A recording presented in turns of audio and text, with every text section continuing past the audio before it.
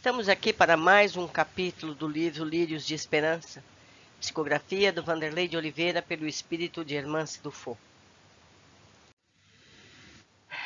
No Livro dos Espíritos, na questão 798, o espiritismo se tornará crença comum ou ficará sendo partilhado como crença apenas por algumas pessoas? Certamente que se tornará crença geral e marcará nova era na história da humanidade, porque está na natureza e chegou o tempo em que ocupará lugar entre os conhecimentos humanos. Está chegando. Capítulo 23, Tribuna da Humildade. O aprendizado não cessava. Marcondes e Selena renovavam-se a cada dia. Cada história revelava-lhes um mundo novo de reflexões acerca da imortalidade. Aproximando o momento no qual traçariam os planos para o futuro, sob os auspícios de Dona Modesta, foram convidados a conhecer uma das mais divulgadas tarefas de recuperação do Hospital Esperança, a tribuna da humildade. Naquela tarde, o grupo compunha-se de 25 participantes, entre eles 10 evangélicos, 5 espíritas, 5 terapeutas que orientavam a técnica e alguns convidados e cooperadores. Nos corredores do pavilhão Judas Iscariotes, seguia Dona Modesta, matrona, acompanhada de Marcondes e Selena, que se dirigiam para a tribuna. Uma sala pequena, para 50 pessoas, dispostas em círculos, com um pequeno púlpito. A disposição didática era interessante, porque, ao contrário do habitual, o palestrante ficava em posição abaixo do nível da plateia, lembrando mais as construções de teatro ao ar livre que propriamente um ambiente para exposição. Antes do início, Selena interrogou: qual o objetivo da técnica? Uma promoção para trabalhadores que completa algum tempo de labor junto ao pavilhão Judas Iscariotes. O objetivo é vencer as escaramuças acumuladas durante a última reencarnação e que ainda refletem desfavoravelmente em seus afazeres. Quem falará hoje?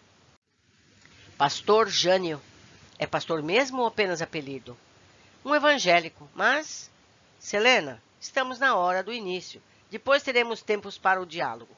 Vamos nos assentar, concluiu Dona Modesta. Um terapeuta, de nome Carlos, fez a abertura da reunião e convidou o nosso irmão para assumir. Jânio é homem de meia idade, devoto dos ramos protestantes. Fundou e atuou por décadas nas igrejas evangélicas no nordeste do Brasil, estado do Ceará. Como não tinha dificuldade com o público, assumiu a tribuna, olhou-nos a todos por um instante e pareceu emocionar-se ao olhar para Dona Modesta. Então pronunciou: amigos, perdoem-me a emoção. É estranho que um homem acostumado a grandes públicos esteja, literalmente, engasgado ao olhar para essa pequena plateia.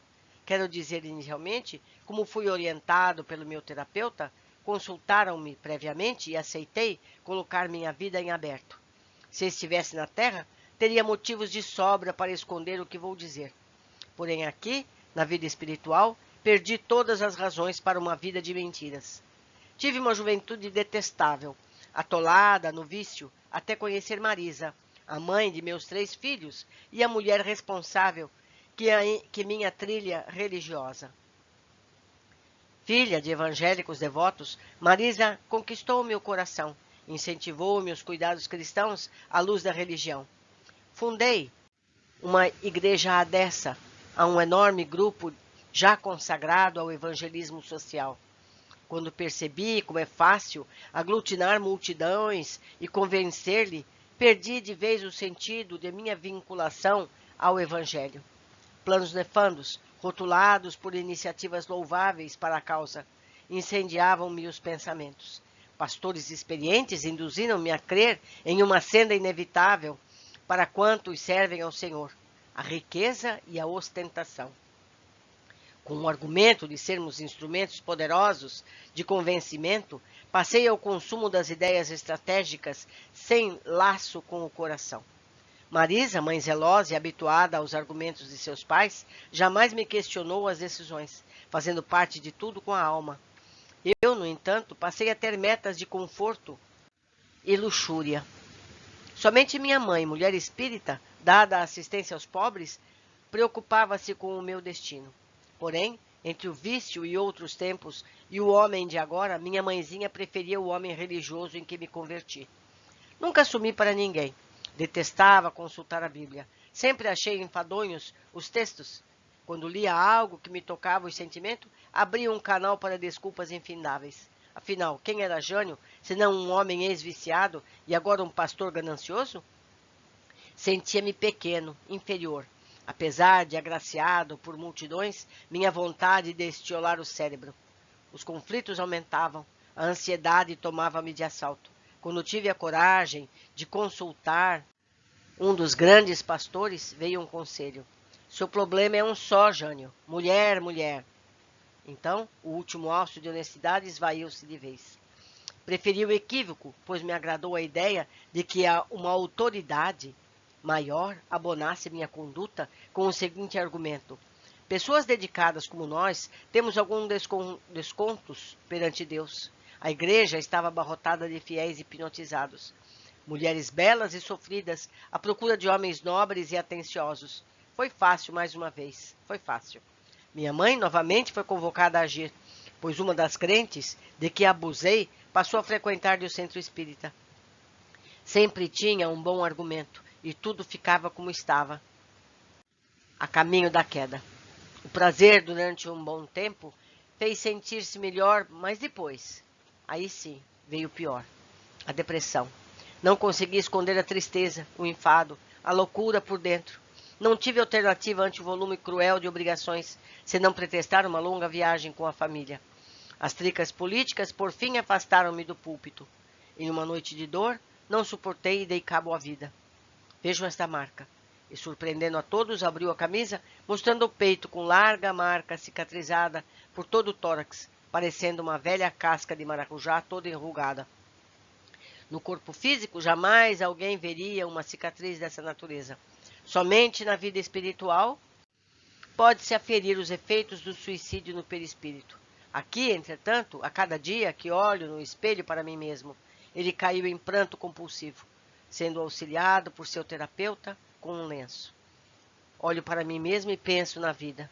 Penso em tudo que fiz. Penso na parte boa de toda a minha história e resolvi esquecer. Os filhos queridos, ainda pequenos, a mulher sincera, a bênção da religião, a mãe bondosa que não sei onde se encontra. Jânio parou por um instante sob o influxo da emoção. O público presente mantinha-se atento à fala do companheiro. Os mais sensíveis, entre eles Dona Modesta, deixaram as lágrimas lavar a face. E o pastor continuava. Que fiz para merecer socorro? Não imagino. Mas essa mulher, que aqui está, e apontou para Dona Modesta, tornou-se minha nova mãe, retirando-me do charco de dor e loucura. Passados 5 meses nesta casa de amor e misericórdia, ainda carregando o peso da culpa e as dores cruéis no peito, só posso mesmo agradecer e oferecer-me para algo, fazer em favor de alguém. Gostaria muito de pedir perdão a algumas pessoas. Como não sei se as verei, peço licença a vocês presentes para me permitirem um ato de amor em favor de minha paz.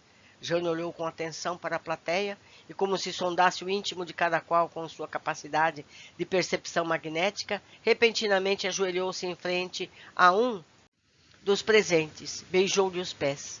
Não conhecia a pessoa nem sabia o nome e disse em voz alta: Meu irmão, qual o seu nome? Célio. Então, Célio, em nome de nosso Senhor Jesus Cristo, a quem glorifico, peço-lhe perdão, a ti, meu irmão, porque mesmo não lhe tendo ofendido diretamente, nem lhe o conhecendo, vejo mágoa em seu olhar, vejo tristeza em sua fisionomia. Perdoe-me, Célio, não errei por intenção. Foi um equívoco, um iludido por mim mesmo. Amo Jesus e quero segui-lo. Perdoe-me, irmão querido. E prorrompeu novamente em prantos, sendo abraçado efusivamente por Célio, que demonstrou aceitar plenamente a atitude do pastor. Todos estavam emocionados ao extremo com a sinceridade de Jânio. Não resistindo ao ato de perdão, seu terapeuta o recolheu em abraço fraternal e pediu a Célio que assumisse a tribuna para falar o que desejasse. Jânio acalmara a sua alma. Suas faces alterou, tornando-se leve, esboçando um sorriso, e de seu peito uma fraca luminosidade podia agora ser percebida. Do alto, um filete de luz prateada porém com altíssimo potencial de amor, penetrava seu centro gástrico em profusão de bondade e ternura. Os trabalhos continuavam. Depois de pronunciamento sensibilizado de Célio, Jânio regressou à tribuna para responder várias questões dos evangélicos presentes. Em verdade, o tribuno fez uma catarse do grupo, aliviando suas próprias lutas. Terminadas as alocuções, que duraram 60 minutos, os grupos se dispersaram, ficando Dona Modesta, Marcondes e Selena. Dona Modesta, que acontecerá com ele agora? Interrogou Selena. Estará mais aliviado e com novas amizades. Viram como os evangélicos o cercaram? Ainda bem que nós espíritas não temos erros tão clamorosos, expressou Marcondes. Só mesmo quem não conhece com profundidade os dramas possíveis poderia afirmar algo assim, meu caro Marcondes. Pelo menos suicídio nunca ouvi dizer que exista entre os espíritas. Quero dizer, com exceção de Jandira, que está nas alas restritas. Meu filho, não queira saber do sofrimento de muitos amigos de Lídia em plena sombra. Em nossa ala de suicidas, temos inúmeros casos de espíritas. Dona Modesta, será possível? Nem os espíritas escapam, indagou Selena com curiosidade. Nem mesmo os espíritas escapam. Viram a narrativa de Jânio? A depressão é doença sutil, que vem assolando muitos amigos da Ideal, que não reconhecem, com humildade, sua condição enfermiça. Temos casos de suicidas espíritas que jamais admitiram a possibilidade de consultar um psiquiatra. O que seria um contrassenso? Contrassenso por quê, Marcondes? Onde já se viu um espírita necessitar de psiquiatra? Isso seria admitir que não vive o evangelho. O pior, que a doutrina não está sendo suficiente para nosso equilíbrio e orientação. Lê do engano. A questão não está na doutrina nem no evangelho, e sim em nós, os espíritas. Somente desconhecendo a natureza de nossas necessidades ou tentando ignorar a extensão de nossa inferioridade, pode-se exarar uma declaração como essa, pois, em verdade, a superlativa importância pessoal tem sido uma enfermidade comum entre amigos da Lide. Você lembra das lições obtidas com H na ala da Unificadores? Lembro, pois fique sabendo que muitos daqueles que já se encontram no segundo andar em melhores condições optaram pelo suicídio. Não consigo imaginar como um espírita, particularmente um líder espírita, pode chegar a tal ponto. É mais fácil do que você possa imaginar, Marcondes. O caso de Jânio ilustra bem essa trajetória. A senhora quer dizer que alguns espíritas fazem o mesmo percurso que ele? Alguns fazem percurso pior. Então não são espíritas. Marcondes, pense em sua experiência pessoal, meu amigo querido. Que diria se poderia se considerar espírita? Sabe de uma coisa, Dona Modesta? Diga, estou deixando de acreditar nos espíritas. Se me permite a sinceridade, acho que o senhor nunca acreditou. Talvez. E digo mais, por pouco não deixou de acreditar na doutrina. Isso também, Dona Modesta, pois tenho motivos para acreditar que sim. Quais? Pelo interesse com o qual você assistiu à preleção de Jânio. Não entendi bem, a senhora quer dizer que... Quero dizer, interrompeu a matrona, que você adoraria fazer algumas perguntas e não teve coragem, porque diziam respeito às suas crenças mais íntimas. Se estivesse na terra, teria uma hora dessas, abandonaria tudo e seguiria outra designação religiosa, envolvido pela sinceridade de Jânio. Dona Modesta, não seja indiscreta. Porventura andou lendo meus pensamentos? Mais que isso. Não fiz as perguntas, porque o grupo de evangélicos deve ter lá seus problemas, e abafaram os homens após a fala. Não queria me envolver em coisas de protestantes. Acha mesmo que foi colocado nesse grupo à mercê do acaso? Não existe acaso, não é mesmo, Dona Modesta? A doutrina espírita é uma bênção de alívio e paz para quem busca e absorver-lhe as lições. Todavia, para quantos estacionam na superfície de seus ensinos, transformam-se em fardo consciencial. Por essa razão, alguns confrades recorrem a alternativas. Cansam do espiritismo? Cansar de espiritismo? Nunca havia pensado nisso. Confesso-lhe que, se pudesse fazer ou viver algo aqui que não envolvesse a doutrina, seria uma experiência interessante. Quem sabe estudar filosofia? Estudar filosofia e continuar se enganando? Esse cansaço, Marcondes, é proveniência do descompasso que criamos na interiorização dos princípios doutrinários. O Espiritismo brilha somente para quem lhe oferece um espelho translúcido no coração, capaz de refletir a claridade infinita e benfazeja. Eu vou ler novamente, gente. O Espiritismo brilha somente para quem lhe oferece um espelho translúcido no coração, capaz de refletir a claridade infinita e benfazeja. Dona Modesta, posso perguntar? Indagou Selena. Já perguntou. Que fez Jânio nesse hospital? Prepara-se para trabalhar pelo bem das igrejas reformadas. Guarda vínculos estreitos com o hospital, porque foi um pedido de sua mãe, que ao fim da existência tornou-se espírita. Ele fará um trabalho específico e árduo de convencimento e mudança de conceitos entre evangélicos aqui presentes, para se adaptarem à realidade que querem negar.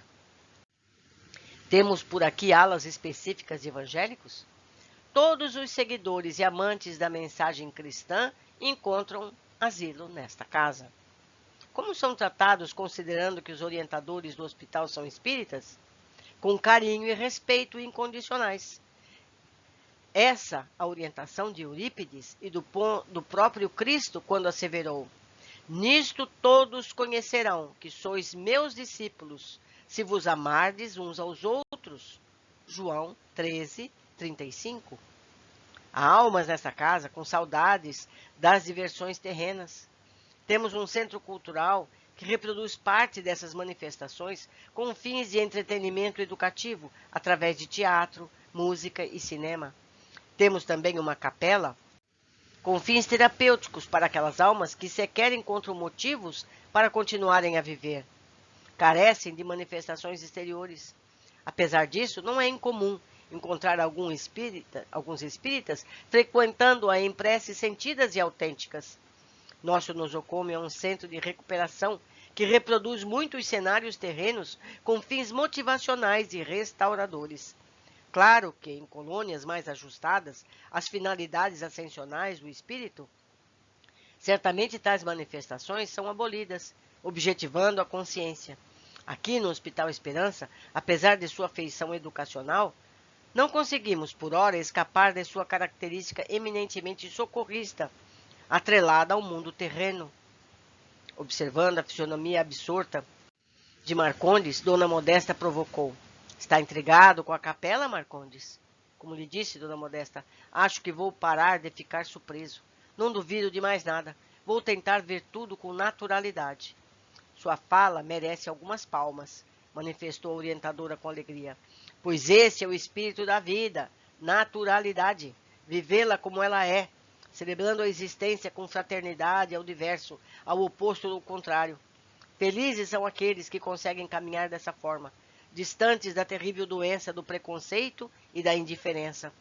Por qual razão a senhora nos trouxe aqui?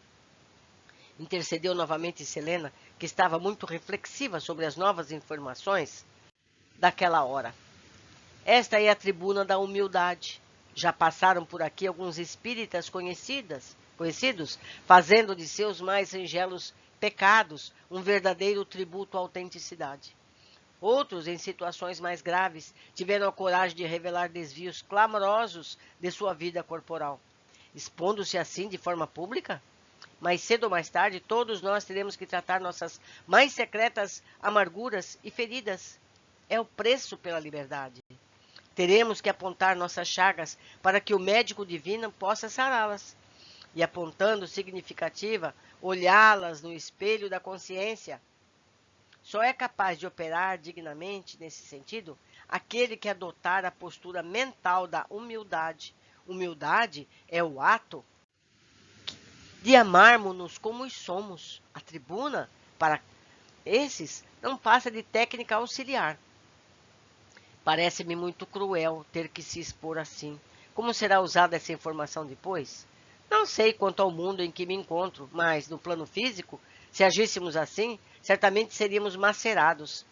Nossas informações seriam usadas contra nós, e ai daquele que se expuser. Não posso discordar de semelhante verdade. Aqui, porém, temos objetivos bem definidos e só participam da tribuna os pacientes que tiveram suas fichas exaustivamente analisadas. O ato de se expor em nosso plano é sinônimo de alguém que, primeiramente, expôs-se a si próprio, assim como a regressão de vidas passadas. É recomendável, em alguns casos, a tribuna psicológica só será efeito benéfico para determinadas almas com traços peculiares de autoconhecimento. Em síntese, qual a função da tribuna? Sobretudo, encorajar os outros a se assumirem, ampliarem seu lento trabalho de desilusão, retirarem máscaras. Existe um acompanhamento de especialistas terapêuticos de diversas modalidades, cujas qualidades morais são resultado de longo serviço de amor à dor alheia. Entre 25 integrantes do grupo de hoje são psicólogos e admiráveis estetas das ciências da alma, terapeutas psíquicos. Somente novatos a frequentam? Somente quem deseja vencer a si.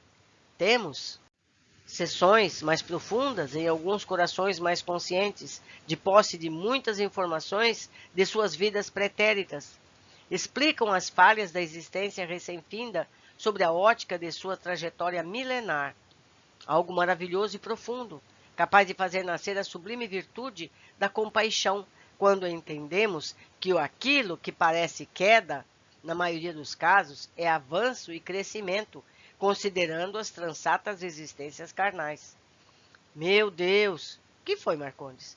Passou uma bobagem pela minha cabeça. Não é bobagem, antes fosse do jeito que você pensou. A senhora está lendo meus pensamentos? Mais que isso, repito. Mas leio seus sentimentos. O que senti? Desejo sincero de que esta fosse a realidade dos centros espíritas. Será possível que um dia venha a ser assim, dona Modesta? Não tenha dúvida. Quando? Quando os espíritas desistirem dos estereótipos elaborarem pela maioridade. Segundo o Dr. Bezerra, temos 70 anos para a instauração deste período. O período da maioridade. Isso está em Seara Bendita, editora do Fô, mensagem Atitude de Amor, que nós já lemos aqui. Está aqui nessa playlist. É muito tempo. Um piscar de olhos. Permita-me uma pergunta meio rude. Antes de suas colocações, seria crível admitir que os espíritas estivessem teatralizando moral? Inconscientemente. Explique melhor, por favor. Não o fazem por deliberação, intencionalmente. Apenas se defendem do que não desejam expor. Então, teatralizam? Teatralizamos. Não me incluo nessa postura. Não se inclui por pura ausência de lucidez quanto ao seu mundo subjetivo. O que a senhora quer dizer? Falou meio irritado o velho dirigente Marcondes. Que dificilmente alguém escapa de encenar virtude em nosso meio, amigo querido. Faz parte das etapas de avanço. Primeiro, os germes da reforma íntima fermentam longamente nos escaldantes caldeirões da intelectualidade. Somente depois, bem depois, é que se inicia uma metamorfose nos escaninhos do coração, no qual definitivamente processa-se a reforma autêntica, a conquista do self. Para cada um, esse tempo é diferente. Diante do exposto, poderíamos denominar o irmão Jânio como um protestante espírita. Pastor espírita? Ajusta-lhe a nomenclatura? É a pureza novamente, não é, Marcondes? Para mim, existe só um tipo de espírita.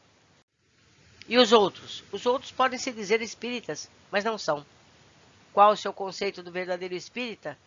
O de Kardec, aquele que se esforça em domar suas más tendências? Isso está em O Evangelho segundo o Espiritismo, capítulo 17, item 4. E se o pastor Jânio estiver enquadrado nessa condição? Mas ele não é evangélico? Evangélico e verdadeiro espírita, segundo a conceituação kardeciana. Como ficamos? Ainda assim, o que ele acredita ou sabe sobre a mediunidade, a reencarnação e os fundamentos espíritas? Kardec não fala que se reconhece o verdadeiro espírita por acreditar nos fundamentos espíritas. Está subentendido na fala do codificador. Evidentemente que ele se refere a quem crê. Marcondes, o que você acredita em relação ao futuro? Teremos homens espíritas ou homens de bem? O espiritismo é a revelação da verdade. O homem terá que adotá-la inevitavelmente. Nem por isso todos vão ter que se tornarem espírita, concorda? Discordo. Mais cedo ou mais tarde terão de se tornarem espíritas. Você não acha que seria mais razoável pensar que todos adotarão os fundamentos da doutrina, mas cada qual conforme sua cultura e designação religiosa? Isso seria desfigurar o espiritismo em sua pureza? E qual a pureza do espiritismo? A que foi dada por Kardec. Kardec fez o espiritismo possível em seu tempo, sem retirar-lhe a condição de missionário da nova era. O codificador foi um homem de seu tempo, sujeito à cultura e à sua nação. Veja que os próprios livros da codificação contêm larga influência na corrente positivista, e mesmo na igreja. Conquanto tenha sido um investigador incomparável, esteve submisso, como não poderia ser diferente, ao caldo cultural de sua época. Vindo para o Brasil, a doutrina assimilou, por sua vez, os traços religiosos e sociais de nosso país. O que a senhora quer dizer com isso? Que o espiritismo, chamado de puro, é uma criação da cabeça humana, tomada pelo preconceito, e que os espíritas de hoje são um novelo cultural católico, um fenômeno social e histórico. As práticas e conceitos doutrinários foram talhados pelo arcabouço milenar do homem religioso. Não, dona Modesta, desculpe-me a interferência. A senhora está exagerando e misturando as coisas. Se todos pensarem dessa forma, onde vai parar o espiritismo? Vai parar no lugar que ninguém, em tempo algum, conseguirá detê-lo de chegar. Onde? No terreno neutro. Vai se tornar uma crença geral, como afirma a sabedoria do Espírito de verdade, mas não uma religião geral. Marcondes se mostrou duvidoso. Vamos ler aqui o trecho de A Gênese 27, item 32. A fim de chegarem a esta, as religiões terão que encontrar-se num terreno neutro, se bem que comum a todas. Para isso, todas terão de fazer concessões e sacrifícios mais ou menos importantes, conformemente à multiplicidade dos seus dogmas particulares. Mas em virtude do processo da imutabilidade de todas professam, a iniciativa das concessões não poderá partir do campo oficial. Em lugar de tomarem no alto o ponto de partida, tomá-lo-ão embaixo por iniciativa individual. Desde algum tempo, um movimento que vem operando de descentralização tendente a adquirir irresistível força. O princípio da imutabilidade, que as religiões hão sempre considerado uma égide conservadora, tornar-se-á elemento de destruição, dado que, se imobilizando-se ao passo que a sociedade caminha para frente, os cultos serão ultrapassados e depois absorvidos pela corrente das ideias de progressão. Como interpretar esse trecho? Eu faço aqui um parêntese e convido a todos que abram o seu livro e leiam e meditem sobre o que eu acabei de ler. O Espiritismo não cria a renovação social e nem incute espiritualidade no povo. A Terra avança paulatinamente para a maioridade na busca da noção abrangente de civilização. Essa maioridade humana requer uma doutrina tão clara quanto o Espiritismo. As pessoas se espiritualizam com ou sem o Espiritismo. Suponhamos que seja como a senhora diz, e que se eu quiser continuar espírita, conforme o conceito que tenho de verdadeiro espiritismo, é um direito que lhe cabe. Contudo, entenda que não é verdadeiro para todos. Não será o caminho adotado pela maioria ante o inexequível fenômeno mundial de espiritualização. O seu conceito de pureza é parte dessa diversidade. Merece ser acatado como parte de um todo. Falando assim, sinto um enorme desânimo para com o trabalho dos unificadores, do esforço que fazem milhares de homens pelo bem da doutrina. Essa questão, o bem da doutrina, O homem realiza o que pode de melhor no seu conceito pela causa, pela doutrina. No entanto, esquece que ela defende e prega o amor incondicional ao semelhante. Ama-se a doutrina e desama o alvo central dela própria. Uma incoerência que precisa ser corrigida. Isso me causa uma terrível insegurança. Em relação a quê? Aos exageros doutrinários, por exemplo. Esse enfoque, logo teremos espírita católico, espíritas umbandistas. Teremos não, já temos. Além deles, começam a surgir os espíritas psicólogos, espíritas artistas, espíritas administradores, espíritas ocasionais e outros tantos. E como fica essa situação? De espíritas ele só tem o nome, como disse a senhora, são ocasionais, são espíritas em parte, ou seja, naquilo que lhes diz respeito. Explique melhor. O caso do psicólogo que se fez espírita, porque usa alguns conceitos espíritas em seu trabalho, podemos considerá-lo espírita? Sem dúvida. Ah, dona Modesta, debochou o dirigente, não consigo aceitar isso nunca. Só porque um psicólogo ou um bandista utiliza alguns conceitos espíritas, dizer-se espírita é demais. Por que demais? E onde fica a vivência dos princípios? Quão distantes não estão do que expõe o espiritismo? E o que propõe o espiritismo? A reforma, a melhora, a ética do bem? Analisando dessa forma, pode-se fazer uma pergunta. Como se encontram os que se dizem verdadeiros espíritas em relação a essa reforma, a essa melhora e essa ética do bem? Fazendo o melhor que podem para honrá-la, dentro dos centros espíritas, firmes na tarefa. Mas com essas mesmas lutas que todo ser humano concorda? Concordo. O que tem isso a ver?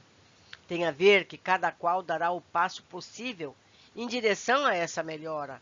E não se surpreenda em encontrar aqui alguns homens como o pastor Jânio, que jamais ouviram falar de espiritismo e oferecem testemunho como o que você ouviu, e que, no entanto, encontram-se melhores que muitos espíritas nesse conceito, defendido por você.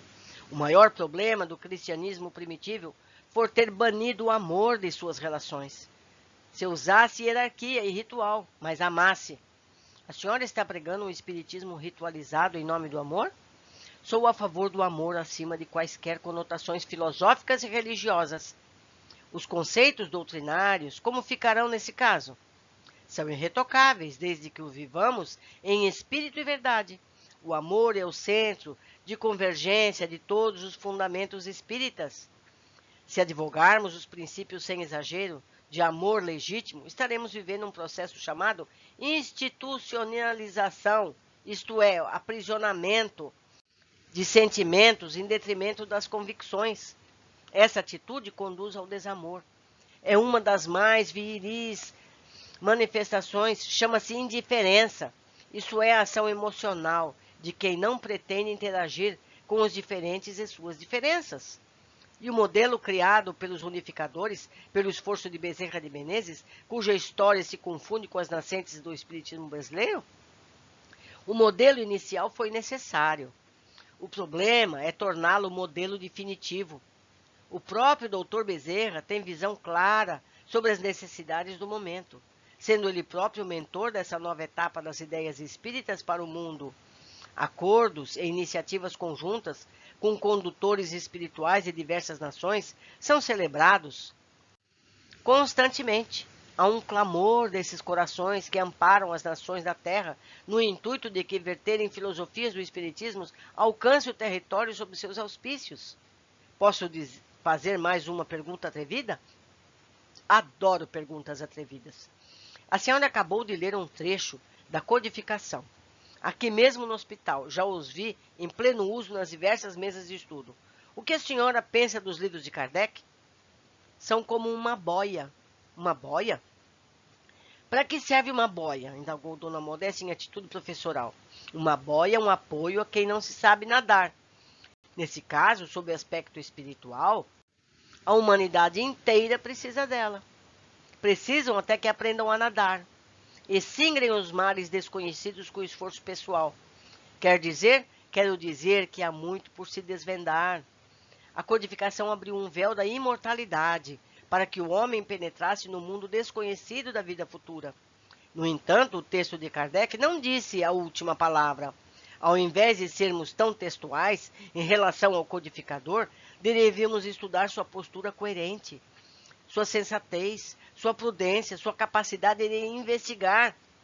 O próprio codificador já renovou o seu foco sobre o trabalho que ele mesmo realizou, acompanhando o progresso. O Espiritismo é a terceira revelação, é a verdade. O caminho para a verdade e a vida. Caminho, sem dúvida. O mais claro caminho oferecido por Deus ao homem para a sua espiritualização na Terra. O melhor, eu diria. Prefiro não pensar dessa forma. Não? Por quê? O melhor para cada um tem conotações diversificadas. Voltamos à origem de nossa conversa. É mais interessante tornar-se um homem de bem que um espírita dentro dessa conceituação estereotipada. O Espiritismo dissecou a imortalidade, abriu panoramas para analisar a continuidade da vida, desvendou a anatomia do céu e orientou como alcançá-lo, mas não disse tudo. Pequena ponta do imenso véu está aberta para a sabedoria dos ensinos espíritas. O mérito da doutrina é conferir lógica aos princípios religiosos de todos os tempos e conectá-los com a ética e benevolência aplicada. Indiscutivelmente, sem quaisquer reducionismos, o triunfo da doutrina não foi somente o de reafirmar a imortalidade, um princípio já consagrado em várias culturas, mas sim o de dissecar esse tema, esquadrinhando a anatomia da morte, conferindo-lhe caráter comportamental. A lógica adveio da experimentação, e a ética sobressaiu dessa como sendo a alma das ideias espíritas. A lógica ilumina a razão para a conquista de uma fé racional, e a ética impulsiona para ser uma adoção dos caminhos libertadores, uma consciência divina de nós mesmos. Confesso que a argumentação da senhora balança meus conceitos. Todavia, não consigo aceitar, de coração, suas colocações. Para mim, o verdadeiro espírita é um só, e não tem meio termo. O verdadeiro espírita é aquele que está na comunidade, seguindo os preceitos de Kardec. A comunidade espírita, em verdade, é um exemplo no que tange ao esforço sacrificial para vencer a rotina imprimida pelas ilusões mundanas. É uma seara bendita que deve ser interpretada como excelsa enfermaria para a recuperação de nós próprios, em que somos diferentes dos demais religiosos. Já vivemos a ética da imortalidade? Qual de nós venceu por completo a roda dos interesses pessoais? Quantos já desenvolvemos o pensamento reencarnacionista a ponto de iniciar o projeto do futuro retorno? Necessário avaliar que as vitórias e aquisições à luz do espírito imortal não passam de matrizes valorosas, porém embrionárias, para germinações na longa peregrinação evolutiva. Não se equivoque, a comunidade espírita brasileira é um centro de recuperação para almas acentuadamente enfermas, tanto quanto nós três. Perdoe-me a sinceridade que faz bem ao seu gosto, mas não sei se chama a senhora de louca ou inteligente, manifestou o dirigente com humor. Pouca diferença existe em loucura e inteligência. Digamos que os inteligentes são loucos educados. De minha parte, creio que nem isso eu seja. Sou uma louca, louca pelo Cristo. A vida de qualquer discípulo não é mais a mesma depois de passar pela tribuna da humildade. A tarefa criada por Dona Maria Modesto Cravo, sob a aprovação de nosso diretor, alcança índices gloriosos na libertação de almas aprisionadas às suas próprias mentiras. Qual de nós não terá que subir nessa tribuna ao longo do espinhoso caminho da desilusão? Meus amigos, esse capítulo é precioso. Precisamos meditar sobre tudo isso. Foi dito aqui que o Espiritismo é a terceira revelação. Houve a primeira, a segunda, a terceira. E quem garante que não haverá a quarta, a quinta, a sexta? O Espiritismo nos dá mais um degrau para a nossa evolução. Outros degraus existem, pois nós ainda estamos no mundo de expiação e provas. Somos crianças espirituais. Não conhecemos toda a verdade. E será que nós não estamos nos comportando como se comportam as religiões mais tradicionais? Religiões que no passado fizeram tribunais. Será que os espíritas também não estão nessa tendência de julgar quem é certo, quem é errado? Precisamos fazer a nossa tribuna da humildade, avaliarmos os nossos comportamentos. Se não estamos preparados para fazer isso em público, façamos para nós mesmos. Quem sabe em frente a um espelho já é um primeiro passo. Não é verdade? Na época que eu estudei esse capítulo, eu fiz uma observação, vamos ver. Conhecemos algum espírita sem equívoco? Os jornais podem apontar, não é, meus amigos? Notícias recentes. Conhecemos alguém de qualquer religião sem equívocos? A melhor religião é a que torna o ser humano uma pessoa melhor. Cada um tem necessidades diferentes, caminhos diferentes. O que devemos ter em mente é sermos cada dia melhores, seja por que caminho for. O Espiritismo é um desses caminhos e serve para os que escolhem essa opção. A reencarnação, pela ciência, será entendida por todos. Kardec será então uma referência de pesquisas e cada um poderá ter as ideias que preferirem, desde que sejam pessoas cada dia melhores, mais fraternas. Não podemos repetir erros e fanatismos que já fizeram os estragos que conhecemos em outros segmentos religiosos, cristãos e não cristãos. O que importa é o amor que temos uns pelos outros, que nos foi ensinado por Jesus e até então não vivenciado. Não é verdade? De que adianta a gente levantar a bandeira de uma doutrina, seja ela qual for, e ficarmos criticando uns aos outros? Não estaremos traindo os princípios do cristianismo? O que Jesus fez pela mulher adúltera, pelo cobrador de impostos e outros tantos, ele os amou. Ele não julgou ninguém. E a nossa religião é a cristã. Antes de tudo, nós temos que seguir Jesus. Essa é a primeira e única revelação a ser lembrada. As que vieram depois são degraus que nos ajudam a realizar o que Jesus veio nos ensinar. É um capítulo precioso que precisa ser lido, relido, pensado e analisado para não sermos mais um Marcondes, não é verdade? Com muito amor, deixo vocês aqui e aguardo a todos no nosso próximo capítulo.